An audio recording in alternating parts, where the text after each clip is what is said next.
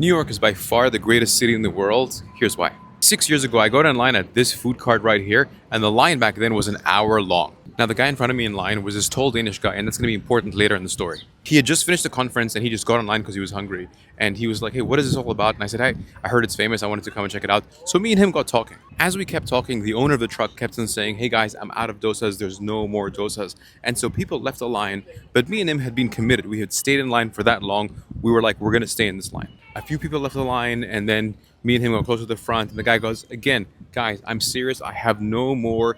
Everyone leave the line. I don't have any more doses. More people left the line, and then at the very end, the guy in front of me got there.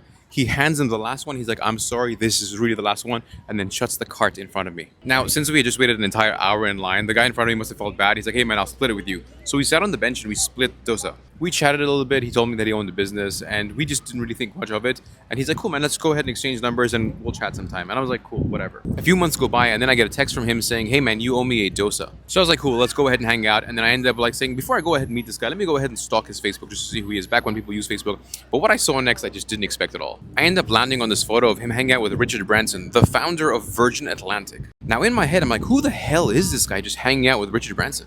Turns out he's the founder of a company called Simpler.com, and they've processed almost $1 billion for coaches and course creators.